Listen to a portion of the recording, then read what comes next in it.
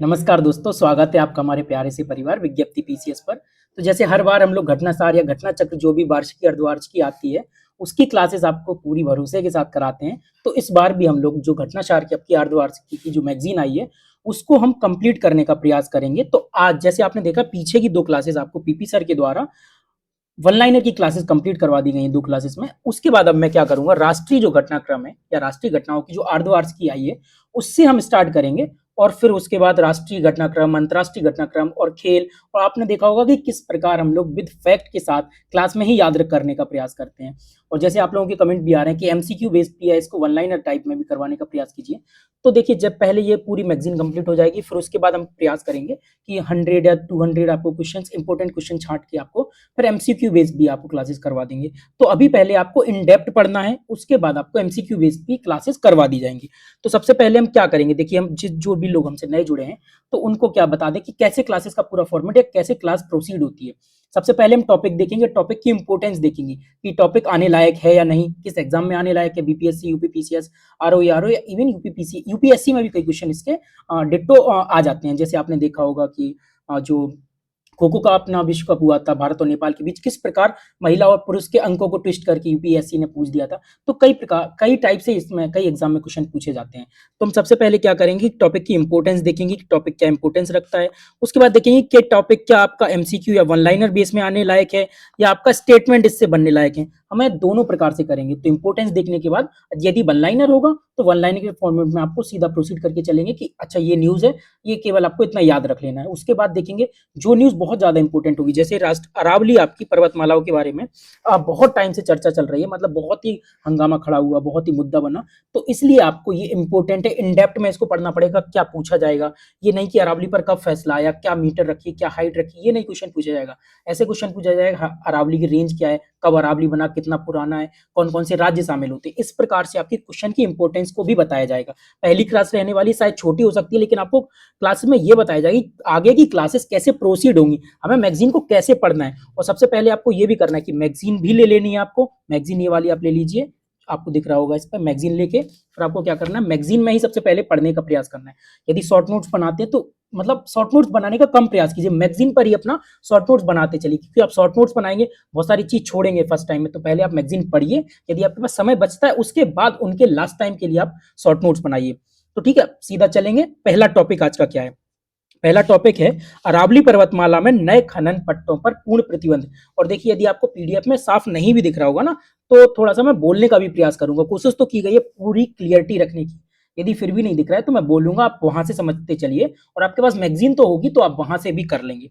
कोशिश ये की गई है, मैगजीन आपको इसलिए भी खुद से भी पढ़ सकते हैं, लेकिन जो फर्स्ट टाइम है या जो पहली बार मैगजीन पढ़ रहे हैं, तो उन लोगों को क्या होगा कि कैसे मैगजीन पढ़नी है, क्या छोड़ना है, कितना पढ़ना है, ये सब भी आपको एक्सप्लेन किया जाएगा। अब सीधा चलते हैं टॉपिक, बहुत टाइम वेस्ट हो गया। उसके बाद सीधा चलते हैं, पहला टॉपिक क्या है, अरावली पर्वतमाला के बारे में टॉपिक है। सबको ही पता है कि सुप्रीम कोर्ट ने अपना जो डिसीजन दिया था कि 100 मीटर तक की रेंजों की जो परिभाषा सेट कर दी थी अरावली की, कि उससे छोटी मीटर की जो भी हाइट की आपकी पहाड़ियां होंगी, उनको अरावली रेंज में शामिल नहीं किया जाएगा। तो सुप्रीम कोर्ट ने क्या किया, उसी अपने डिसीजन को स्वमोटो, मतलब खुद ही के डिसीजन को स्वमोटो लेके उसको कैंसिल कर दिया। तो यही न्यूज थी आपकी। अब इसमें कौन थे आपके मुख्य न्यायाधीश, आपके जस्टिस सूर्यकांत सीजीआई, आपके सूर्यकांत जी थे, जस्टिस जेके माहेश्वरी और जस्टिस ऑगस्टीन जॉर्ज महीज की पीठ ने इस मुद्दे की समग्र जांच के लिए एक विशेषज्ञ उच्च शक्ति लिखा हुआ है, उच्च शक्ति वाली टीम गठित करने का प्रस्ताव दिया है। इसको कैंसिल करके एक हाई लेवल की कमेटी बनाने का गठन कर दिया है।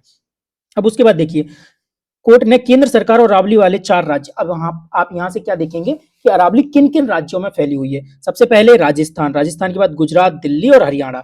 तो जो आपकी अरावली फैली हुई है, ये कहां से, आपके गुजरात के पालनपुर से लेके जो रॉयल हिल्स हैं दिल्ली की, यहां तक फैली हुई है। तो सबसे पहले आपको ये याद रखना है, गुजरात के पालनपुर से रॉयल हिल्स जो आपकी दिल्ली की रेंजेस हैं, 700 किलोमीटर लगभग आपकी अरावली फैली हुई है। और कहां कहां फैली हुई है, राजस्थान, गुजरात, दिल्ली, हरियाणा। आपकी कहां कहां फैली हुई है, गुजरात, राजस्थान, हरियाणा और आपका दिल्ली। आप कहेंगे हरियाणा, तो देखिए हरियाणा ऐसा है जो आपको दिल्ली को इस तरफ से और इस तरफ से दोनों घेरे हुए। तो आपको ये तो पता ही होगा, बेसिक फैक्ट है। गुजरात, राजस्थान, हरियाणा और दिल्ली, 4 राज्यों में क्या है, अरावली रेंज फैली हुई है, 700 किलोमीटर की फैली हुई है। इस टाइप से ही आपके क्वेश्चन फॉर्म किए जाएंगे। अरावली रेंज किन किन राज्यों के बीच फैली हुई है, निम्नलिखित में से किन राज्यों के बीच अरावली रेंज उपस्थित है। आपको 4 या 5 राज्य दिए जाएंगे, इनमें से हो सकता है 1-2 हटा दें, 1-2 डाल दें, पंजाब डाल दें या मे बी एमपी, यूपी, कुछ ऐसा डाल दें जिससे आपको कंफ्यूजन बन जाए।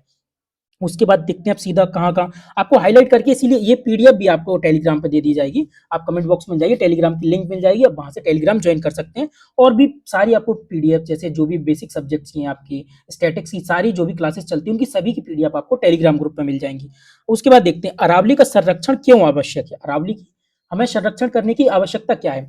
इस पर आपको मेरे ही द्वारा एक शॉर्ट रील्स भी बनाई गई थी, जिसमें बताया गया था कि अरावली रेंज हमारे लिए क्यों ज़रूरी है? अरावली के ना होने के बाद क्या हम सर्वाइव कर पाएँगे? तो नॉर्थ इंडिया किस प्रकार से एक रेगिस्तान, गर्म रेगिस्तान में बदल जाएगा। तो ये आपको मैंने रील्स भी बताई थी, तो आपको ये भी हमारे चैनल पे मिल जाएगी, तो आप उनको भी देखते रहिए। उनमें भी आपको कुछ-कुछ ऐसे फैक्ट या डेली के आपके करंट अफेयर के ऐसे फैक्ट बता दिए जाते हैं।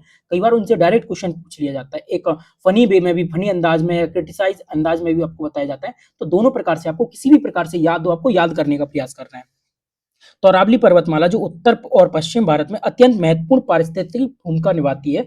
सरकार देखिए, गवर्नमेंट का डेटा है, सरकार के अनुसार क्या है, अरावली का संरक्षण इसलिए आवश्यक है क्योंकि यह मरुस्थलीकरण को रोकने में सहायक है। डिजर्टिफिकेशन जो होता है, मरुस्थलीकरण को रोकने में सहायक है। एक ये ग्रीन वॉल की तरह यूज होती है अरावली, ग्रीन वॉल की तरह इस प्रकार से यूज होती है कि रेगिस्तान को ये दिल्ली या और आगे तक फैलने के से रोकता है।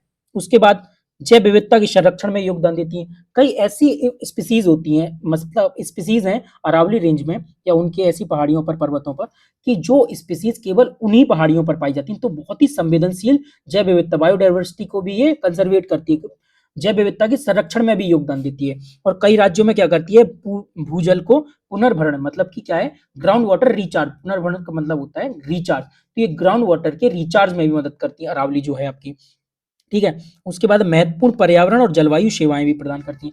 तो अरावली का संरक्षण इसलिए भी आवश्यक है क्योंकि वो डेजर्टिफिकेशन रोकती हैं, ग्राउंड वाटर को रिचार्ज करती हैं, बायोडायवर्सिटी को कंजर्वेट करती हैं। तो इस प्रकार ये अरावली की हमें महत्वता बता रहे हैं और ये गवर्नमेंट के अनुसार है। गुजरात, यहाँ देखिए, गुजरात के पालनपुर से लेकर दिल्ली के रायसीना हिल्स तक फैली अरावली श्रृंखला लगभग 670 से 692 किलोमीटर तक फैली है। तो आपको याद रखना है, लगभग 700 किलोमीटर की रेंज में ये फैली हुई है। और गुजरात के पालनपुर से लेकर हिल्स रायलसीना हिल्स, जो आपकी रायलसीना हिल्स हैं, ये दिल्ली में आती हैं। तो गुजरात के पालनपुर से लेकर दिल्ली के रायसीना हिल्स तक ये फैली हुई हैं।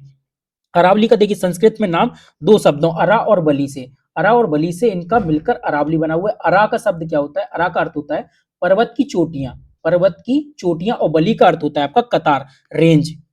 तो पर्वत की चोटियां, चोटियों की रेंज, इसी को बोलते हैं अरावली। और अरावली का निर्माण आपका कब हुआ है, प्रोटोजोइक, जो आपका प्रोटेरोजोइक, प्रोटेरोजोइक युग है। ये आपको ज्योग्राफी में सारे युग बताए थे, प्लेस्टोसीन, क्लोरोसीन, सारे आपको वो बताए थे। तो सारे युग, और आपको, तो ये कहाँ है, प्रोटेरोजोइक युग में आता है आपका। और लगभग 2.5 से 3.2 अरब वर्ष पहले इसका निर्माण हुआ है। जो धरती की प्लेट, जो टेक्टोनिक्स प्लेटें होती हैं, टेक्टोनिक प्लेटों की गति और प्राकृतिक उथल पुथल का परिणाम है। तो ये आपको पता ही है, प्लेट टेक्टोनिक्स थ्योरी के अनुसार जब दो प्लेटें टकराती हैं तो ही पर्वत का निर्माण होता है, भले एक धस रही हो या दोनों टकरा के ऊपर उठ रही हो। इसी प्रकार हमारे हिमालय का निर्माण हुआ। अरावली जो सबसे पुरानी रेंज मानी जाती है। अरावली की सबसे ऊंची चोटी आपको गुरु शिखर है, गुरु शिखर या माउंट आबू, जो लगभग 1722 मीटर ऊंची है। तो अरावली की सबसे ऊंची चोटी गुरु शिखर है, जो लगभग 1722 मीटर ऊंची। तो ये फैक्ट आपको कौन कौन से जो हाईलाइट करके दिए गए हैं, इन फैक्ट को याद रखना है। स्टार्टिंग का पहला टॉपिक, इसलिए थोड़ा और ज्यादा डेप्थ में रहेगा, थोड़ा डिटेल्ड रहेगा, तो आपको थोड़ा सा बोरिंग भी लग सकता है, लेकिन आपको लास्ट तक बने रहेंगे तो आप देखेंगे कि आपको पूरा सब क्रिस्टल क्लियर हो जाएगा, दिमाग में फ्रेमिंग बन जाएगी। फिर जब आप आगे पढ़ेंगे तो बहुत जल्दी स्पीड में आपके सारे टॉपिक्स होते चले जाएंगे। आपने देखा अरावली पर्वतमाला नए खनन पट्टों पर पूर्ण प्रतिबंध सरकार ने लगा दिया है, जो भी बवाल हुआ था उसके बाद। और जस्टिस सूर्यकांत माहेश्वरी और ऑगस्टिन जॉर्ज महेज की टीम ने इसको क्या किया है, एक हाई लेवल कमिटी बना के इसको रद्द कर दिया गया।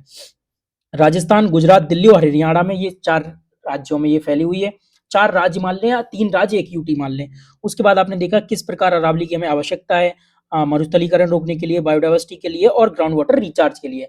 अब उसके बाद देखा आपने गुजरात के पालनपुर से लेकर रायसीना हिल्स तक ये फैली हुई है, लगभग 700 किलोमीटर में ये फैली हुई है। और ये दुनिया की सबसे पुरानी बलित पर्वत श्रृंखलाओं में गिना जाता है। बलित पर्वत मतलब क्या होता है, फोल्डेड माउंटेन्स होती हैं, तो फोल्डेड माउंटेन्स ऐसे होते हैं, तो फोल्डेड माउंटेन्स में ये गिना जाता है। उसके बाद क्या है, अरा और वली से मिलकर बना हुआ है अरावली, प्रोटेरोजोइक युग में है आपके, और इसका सबसे ऊंचा शिखर है गुरु शिखर, 1722 मीटर। तो इस प्रकार आपसे ऐसे टॉपिक डिटेल्ड में पढ़ना है जो इंपोर्टेंट टॉपिक है। अब दूसरा टॉपिक क्या है, भारत और न्यूजीलैंड के बीच क्या हुआ, फ्री ट्रेड एग्रीमेंट। मुक्त व्यापार समझौता हुआ है। अब फ्री ट्रेड एग्रीमेंट क्या होता है? जिन लोगों को पता है तो फ्री ट्रेड एग्रीमेंट नाम से ही समझ आ रहा है, लेकिन जिसको नहीं पता है तो फ्री ट्रेड एग्रीमेंट क्या होता है? जब दो देशों के बीच व्यापार होता है, तो जो एक देश दूसरे देश में जब निर्यात करता है, जैसे मान लीजिए नीदरलैंड के साथ हुआ, तो नीदरलैंड जो भी वस्तु हमें निर्यात करेगा, तो यदि वो हमें आवश्यकता अनुसार नहीं लग रही होगी, मतलब हमारे क्षेत्र को नुकसान कर रही होगी, तो हम उस पर इम्पोर्ट ड्यूटी लगाते हैं। जैसे वाइन पे हम लगभग न्यूजीलैंड की वाइन, जो अंगूर से वाइन बनती है, उस पर लगभग हम 150% की इम्पोर्ट ड्यूटी लगाते हैं। उनके dairy product, agriculture product, fishery product, इन सब पे हम इम्पोर्ट ड्यूटी लगाते हैं, जिससे हमारे जो क्षेत्र हैं उनको कंपटीशन ना मिले, बहुत हद तक कंपटीशन ना मिले, और एक सहज कंपटीशन बना रहे। तो क्या हुआ है, भारत और न्यूजीलैंड के बीच फ्री ट्रेड एग्रीमेंट हुआ है कि इन वस्तुओं पर हम कोई भी इम्पोर्ट ड्यूटी नहीं लगाएंगे, कुछ वस्तुओं को छोड़ के, जो कुछ वस्तुएं इसमें लिखी जाती हैं, जो भी आपके समझौते होते हैं। तो सबसे पहले देखिए कि आपका फ्री ट्रेड एग्रीमेंट नीदरलैंड के साथ, सॉरी न्यूजीलैंड के साथ जो हुआ है, ये हुआ है आपका 22 दिसंबर 2025 को। तो 22 दिसंबर 2025 को अंतिम सहमति बनी है न्यूजीलैंड के साथ, भारत और न्यूजीलैंड के बीच जो हुआ है फ्री ट्रेड एग्रीमेंट। अब इससे पहले देखिए, यूएई, ऑस्ट्रेलिया, ब्रिटेन, ओमान और ईयू, मतलब यूरोपियन मुक्त व्यापार संगठन, इन सभी के साथ, या मॉरिशस, जिसमें मॉरिशस भी है, UAE, Australia, Britain, Oman, Mauritius और यूरोपीय मुक्त व्यापार संगठन के साथ क्या हुआ है, ऐसे समझौते हो चुके हैं जो फ्री ट्रेड एग्रीमेंट हैं।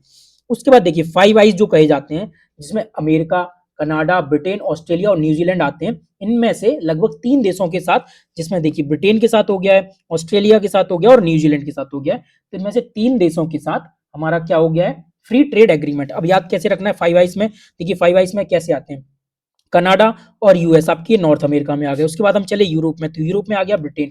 उसके बाद आ गए हम ऑस्ट्रेलिया, और ऑस्ट्रेलिया के पास ही आपका हो गया न्यूजीलैंड। तो दो देश आपके ऊपर, एक बीच में, दो नीचे।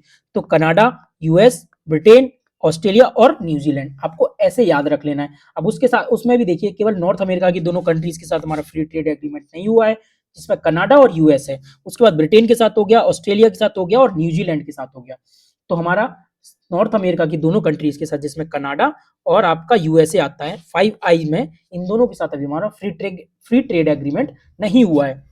अब उसमें उसके बाद यही दिया गया है कि किन उत्पादों पर हमने इस सूची में शामिल नहीं किया है, जैसे कृषि उत्पाद हो गए, डेयरी उत्पाद हो गए, कॉफी, मसाले, दालें और कुछ सब्जियों को इन समझौते से बाहर रखा गया है, और न्यूजीलैंड को इसके लिए कोई भी शुल्क रियायत नहीं दी गई है। उसी प्रकार कुछ ऐसे प्रोडक्ट थे, जैसे आपको बताया वाइन प्रोडक्ट, जो 150% की ड्यूटी थी, तो समझौता करते ही उसको 100% कर दिया, और उसको धीरे धीरे कम करने की भी बात कही गई है। तो इस प्रकार से ऐसे ये समझौते होते हैं। बस आपको केवल इतना याद रखना है। और एक एक याद ये रख लीजिए, यह पहला ऐसा समझौता है जिसमें वार्ता में शामिल सभी भारतीय पक्ष के सभी प्रमुख अधिकारी महिलाएं थी। ये जो समझौता हुआ है, इसमें जो भी कॉन्फ्रेंस हुई है, जो भी वार्तालाप हुई है, उसमें सभी अधिकारी महिलाएं थी, और भारत की मुख्य वार्ताकार मंत्रालय में संयुक्त सचिव पेटल ढिल्लो थी। ये भी आप याद रखिए। ऐसे भी स्टेटमेंट बनाए जा सकते हैं। भारत और न्यूजीलैंड के बीच जो भी फ्री ट्रेड एग्रीमेंट हुआ है, उसमें सब वार्ताकार में सभी महिलाएं, सभी वार्ताकार महिलाएं थी। एक स्टेटमेंट ऐसे फ्रेम हो सकता है, तो आपको लगेगा कि सभी महिलाएं कैसे हो सकती हैं, तो थोड़ा सा एक्सट्रीम लग सकता है, लेकिन आपकी ये सभी वार्ताकार महिलाएं थी, और जो संयुक्त आपकी सचिव पेटल ढिल्लो हैं, ये मुख्य वार्ताकार थी।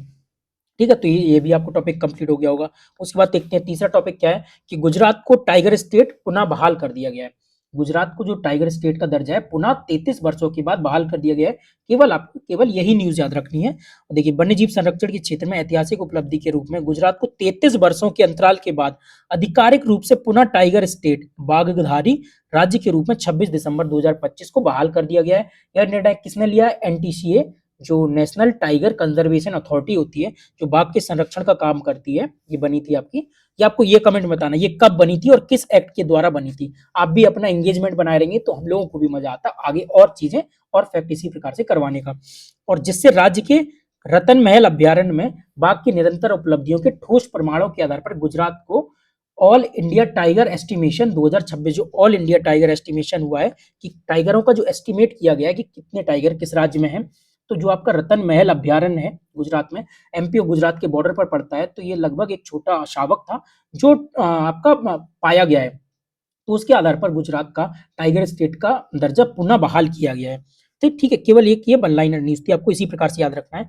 उसके बाद देखिए, ध्रुव एनजी, जो आपका ध्रुव न्यू जनरेशन हेलीकॉप्टर की पहली उड़ान सफल हुई है। सीधा स्टेटमेंट आएगा ध्रुव एनजी हेलीकॉप्टर किस कंपनी के द्वारा बनाया गया है। आपका आ जाएगा डीआरडीओ के द्वारा, एचएएल के द्वारा, या दो कंपनियां और दे देंगे, या प्राइवेट कंपनी के द्वारा, इस प्रकार से डाल देंगे। तो आपको देखिए रक्षा क्षेत्र में विख्यात रही सरकारी company Hindustan aeronautics limited HAL के ध्रुव न्यू जनरेशन हेलीकॉप्टर ने 30 दिसंबर 2025 को अपनी पहली सफल उड़ान भरी है। तो केवल आपको वन लाइन यूज याद रखनी है कि एचएएल का ध्रुव न्यू जनरेशन हेलीकॉप्टर है। तो आपको सीधा पूछा जाएगा ध्रुव न्यू जनरेशन हेलीकॉप्टर किस कंपनी के द्वारा निर्माण किया गया है। अब ये क्या है, यह उपलब्धि फ्रांस की सैफरान कंपनी के सहयोग से डीजीसीए के समन्वय से संभव हो चुका है। ये क्या है, ये हेलीकॉप्टर दोहरे शक्ति के इंजन है, इसमें आधुनिक ग्लास कॉकपिट, उन्नत एवियोनिक्स सिस्टम, आघात सहन करने वाली सीटें और रिसाव होने पर खुद बंद होने वाला ईंधन टैंक। जैसे ईंधन टैंक में रिसाव हो गया तो ये खुद बंद हो जाएगा जैसे रिसाव होगा। ठीक है, तो इस प्रकार की कुछ इसमें स्पेशलिटी है। उसके बाद देखते हैं इंपॉर्टेंट न्यूज है, ऐसे पूछा जा सकता है आईएस 19412 2025 क्या है। तो अगरबत्तियों के लिए भारत का पहला मानक अधिसूचित है ये, जो क्या किसने, भारतीय मानक ब्यूरो बीआईएस के द्वारा अगरबत्तियों के लिए भारत का पहला मानक हाल ही में अधिसूचित किया गया है। यह नया मानक आईएस 19412 जिसे राष्ट्रीय उपभोक्ता दिवस के अवसर पर घोषित किया गया है। आपसे इसी प्रकार क्वेश्चन पूछा जाएगा, आईएस 19412:2025 क्या है। ठीक है, इस मानक में कच्चे माल, जलने की क्षमता, सुगंध और रासायनिक सुरक्षा से जुड़े व्यापक नियम तय किए गए हैं कि किस प्रकार आप कच्चा माल यूज करेंगे, किस प्रकार की उसकी जलने की इंटेंसिटी होगी, किस प्रकार जो आप फ्रेग्रेंस डालेंगे, जो सुगंध की गुणवत्ता होगी, उसमें किस किस किस रसायन का उपयोग नहीं करेंगे आप। रासायनिक सुरक्षा के बड़े व्यापक नियम किए गए हैं कि कौन कौन से ऐसे केमिकल्स आप यूज नहीं करेंगे जो बंद कमरे में जलाएंगे तो घुटन या कैंसर जैसे आपकी बीमारी को उत्पादित कर सकते हैं, बना सकते हैं। तो इस प्रकार के कुछ नियम बनाए गए। अभी तक हमारे लिए कोई ऐसे नियम नहीं थे। ये नियम क्यों बनाए गए, क्योंकि देखिए अगरबत्तियां भारत अगरबत्तियों के निर्माण में दुनिया में सबसे ज्यादा उत्पादन करता है और सबसे ज्यादा उपभोग भी करता है, निर्यात भी करता है। तो इसलिए अगरबत्तियों के नियम बनाने आवश्यक थे, इसीलिए बीआईएस के द्वारा इस प्रकार के नियम तैयार किए गए हैं। अब मानक के तहत निम्नलिखित कीटनाशक रसायनों के उपयोग पर रोक लगाई गई है। कुछ ऐसे केमिकल्स हैं, पेस्टिसाइड्स हैं, जिनके उपयोग पर रोक लगाई गई है कि इन पेस्टिसाइड्स को या इन कीटनाशकों को आप अगरबत्तियों के उत्पादन में प्रयोग नहीं करेंगे। जैसे आपका पहला एलेथ्रिन, दूसरा है परमेथ्रिन, तीसरा है साइन परमेथ्रिन, चौथा है डेल्टा मेथ्रिन।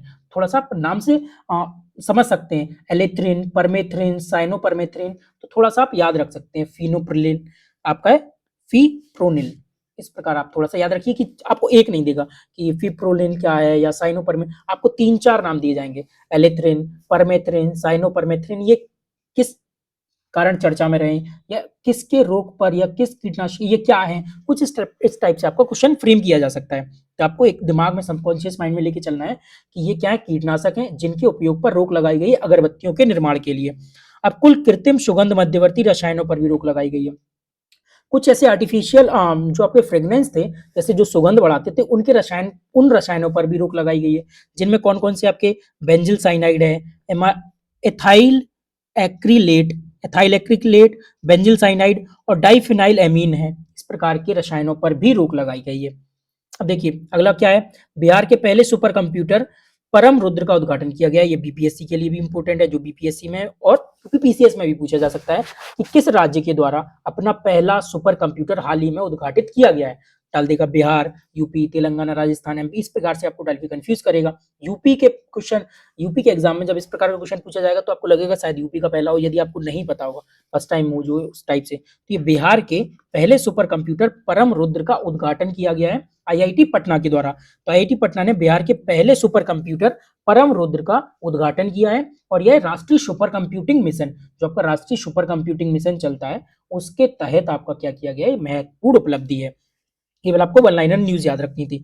अब उसके बाद देखिए इस पर आपको एक शॉर्ट भी वीडियो बना के बताई गई थी, संथाली भाषा में भारतीय संविधान का विमोचन किया गया है। तो जो संथाली भाषा है, आपकी संथाली भाषा आपको पता है 92वें संविधान संशोधन 2003 के द्वारा जोड़ी गई थी, जिसमें 4 भाषाएं जोड़ी गई थी। और आपको कैसे 21वां संविधान संशोधन, 71वां संविधान संशोधन और दोनों को जोड़ के 92वां संविधान संशोधन बताया था, जिसमें आपका बीडीएसएम 4 भाषाएं जोड़ी थी। आपको बताया बी से बोडो, डोंगरी, संथाली, मैथिली। अब आपको बताना है कि आर्टिकल मतलब 21वें संविधान संशोधन और आपके 71वें संविधान संशोधन से कौन कौन सी भाषाएं जोड़ी गई हैं और कितनी भाषाएं आपके 8वीं अनुसूची में हो गई हैं, आपको इस प्रकार से भी बताना है।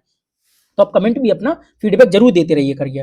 राष्ट्रीय जो आपकी राष्ट्रपति हैं द्रौपदी मुर्मू ने नई दिल्ली में राष्ट्रपति भवन में 25 दिसंबर को ऑल चिकी लिपि, आपको याद रखना है, संथाली भाषा में जो भारतीय संविधान का विमोचन किया गया है उसके लिए कौन सी लिपि यूज की गई, कौन सी लिपि में किया गया, आपको सबसे पहले ये भी याद रखना है। तो ये आपकी ऑल चिकी लिपि, ऑल चिकी लिपि, ये आप थोड़ा सा राइम से याद रखिए।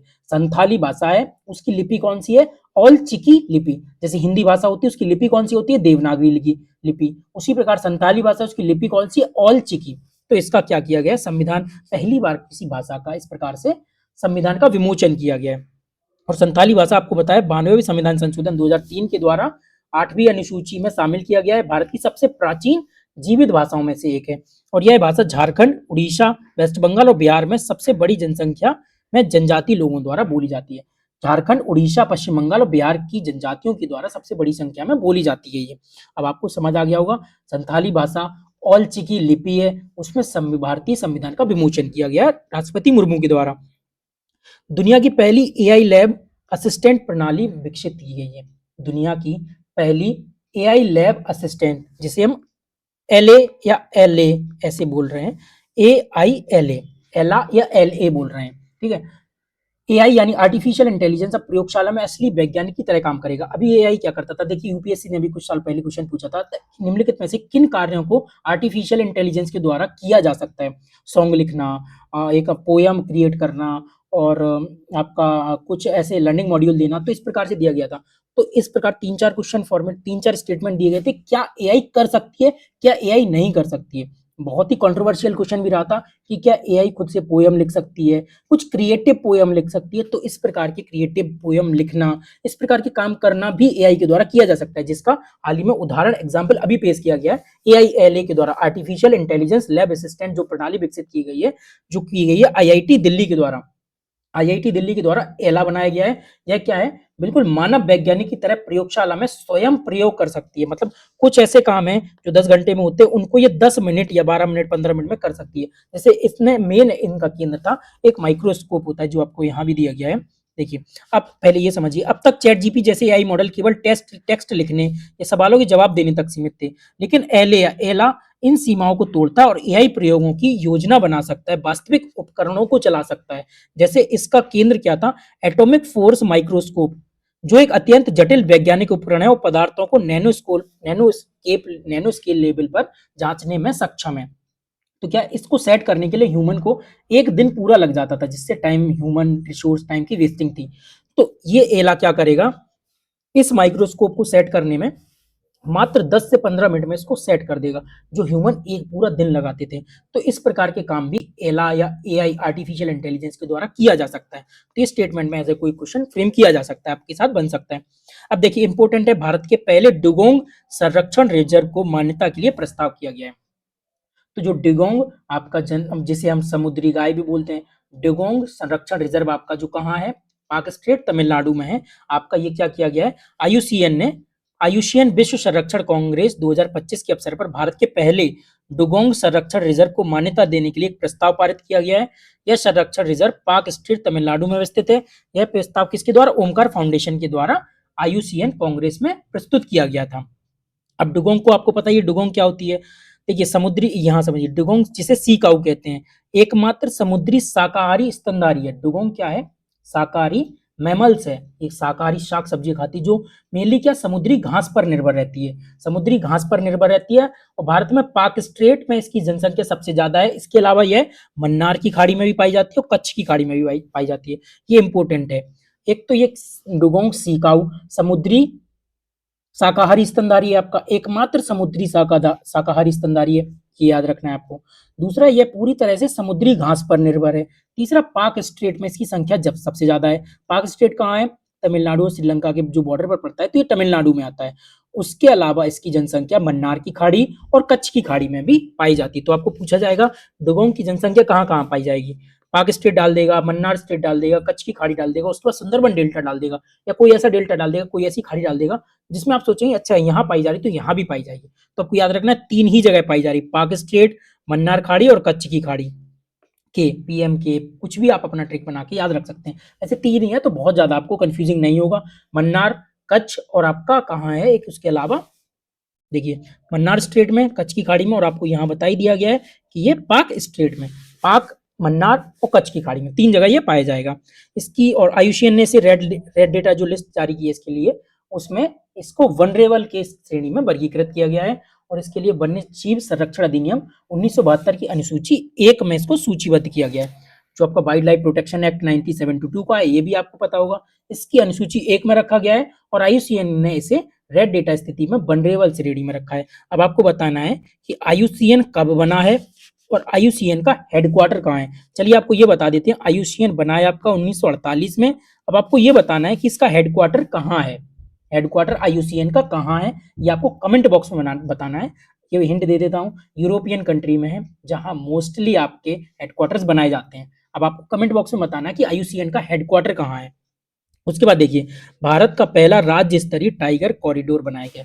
अभी देखिए कई राज्यों के स्तर पर तो कॉरिडोर बनाया जाता था या नेशनल लेवल पर आपका टाइगर कॉरिडोर बनाया जाता था। अब भारत का पहला राज्य के स्तर पर कॉरिडोर बनाया गया है। मान लीजिए एक राज्य में 2 आपके टाइगर रिजर्व हैं, उन दोनों को जोड़ने के लिए जो कॉरिडोर बनाया जा रहा है वो राज्य स्तर पर बनाया जा रहा है।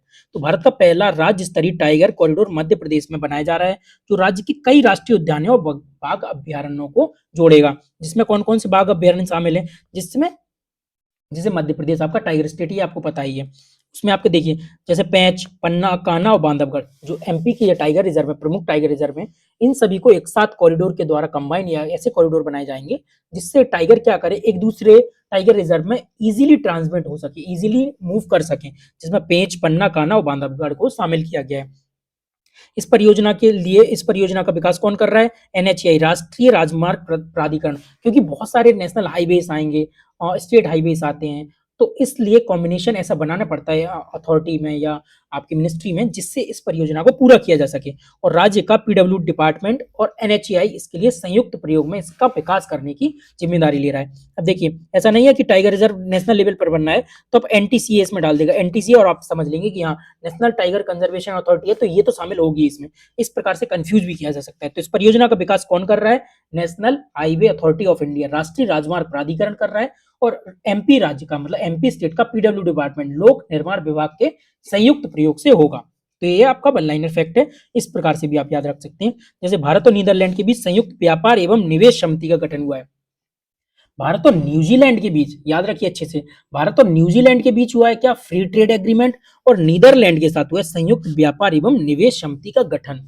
संयुक्त व्यापार एवं निवेश, joint trade and investment committee का गठन हुआ है। और किसके साथ, जेटीआईसी हुआ है नीदरलैंड के साथ, और आपका न्यूजीलैंड के साथ फ्री ट्रेड एग्रीमेंट हुआ है। तो आपको केवल इतना सा याद रखना, बस कंफ्यूजन ना हो, और खास इंपोर्टेंट न्यूज नहीं थी, बस हम न्यूजीलैंड और नीदरलैंड में, जैसे स्टार्टिंग में मैं एक बार कंफ्यूज हुआ, तो अब उस प्रकार से कंफ्यूज ना हो इसलिए आपको यहाँ कराया गया है।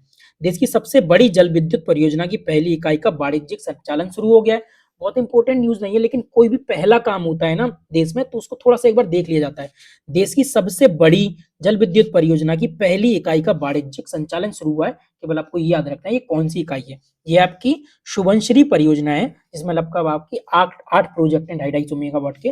तो देश की सबसे बड़ी हाइड्रो पावर प्रोजेक्ट होगा ये, और इसकी पहली इकाई का वाणिज्यिक संचालन शुरू कर दिया गया, इसलिए ये न्यूज में आया था। केवल आपको इतना ही याद रखना है। उसके बाद देखिए, दक्षिण अफ्रीका से कैप्चुन बंदरों का बन्नेरघट्टा जैविक उद्यान में क्या हो रहा है, आयात किए जा रहे हैं। तो जो आपके कैप्चुन बंदर हैं ये बहुत ही मतलब इंटेलिजेंट बंदर माने जाते हैं, और ये साउथ अमेरिका के प्रिमिटिव होते हैं, मतलब साउथ अमेरिका के स्थायी निवासी होते हैं।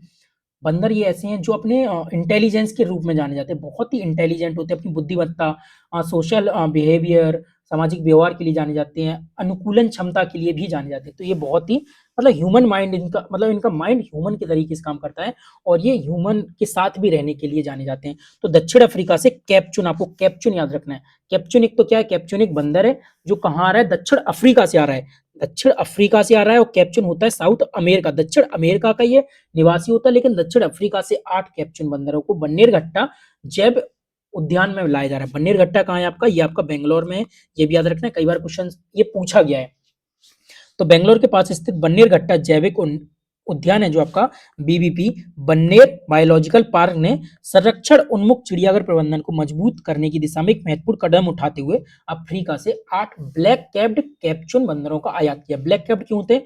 क्योंकि इन बंदरों को मतलब ऊपर से इनके काले ऐसे बाल, ऐसे घुंघराले टाइप से बाल होते हैं जो इनका ब्लैक एक प्रकार से कैप का निर्माण करते हैं, इसीलिए इनको ब्लैक कैप्ड कैप्चुन बंदर कई प्रकार के भी होते हैं, ब्लैक कैप्ड होते हैं, व्हाइट कैप होते हैं। तो इस प्रकार से कैप्चुन आपको याद रखना है, कैप्चुन आपके बंदर हैं।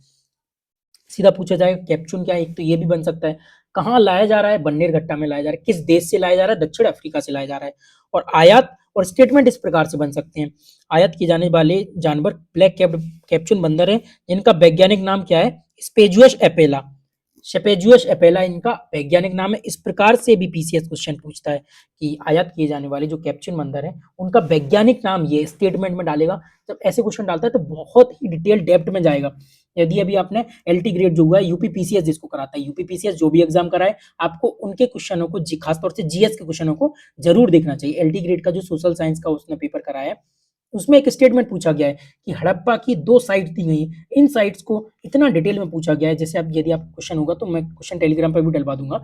तो क्वेश्चन होगा, एक साइट है, मतलब इस साइट की खुदाई की गई है, इस साइट का नाम HR1 रखा गया है, या इस साइट का खुदाई की गई है, इसको पिलर का नाम ये दिया गया। मतलब इतना डेप्थ में जाता है। यदि आपको उन क्वेश्चंस को टैकल करना है तो एटलीस्ट ऐसे अनऑर्थोडॉक्स क्वेश्चन को जो करंट अफेयर्स में रहते हैं उनको तो हम टैकल कर ही लें।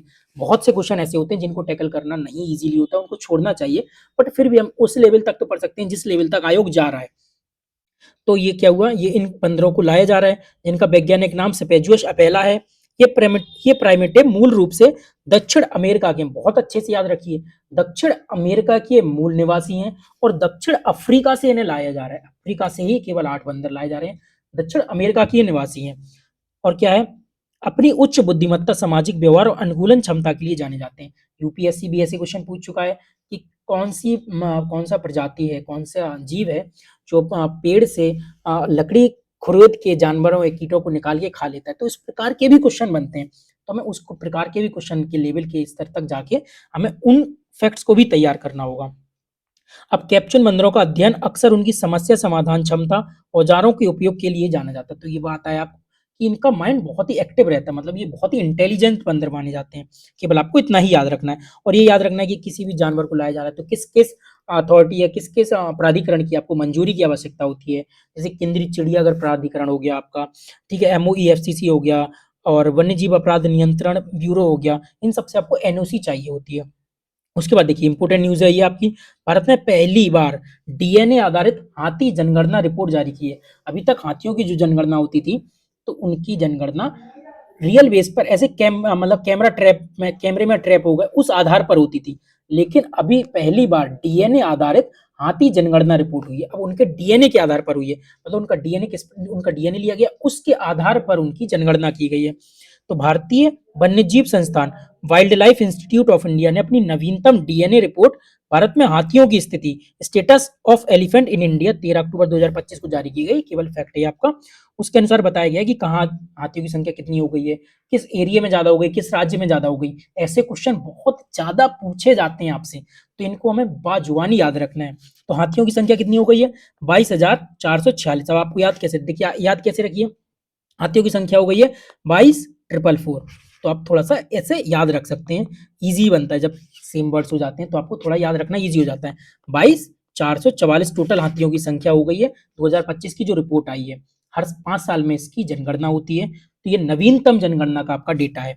यह संख्या 2017 में अनुमानित जो 2017 में इसकी सेंसस हुआ था, उसमें हाथियों की संख्या कितनी अनुमानित की गई थी? 27,312।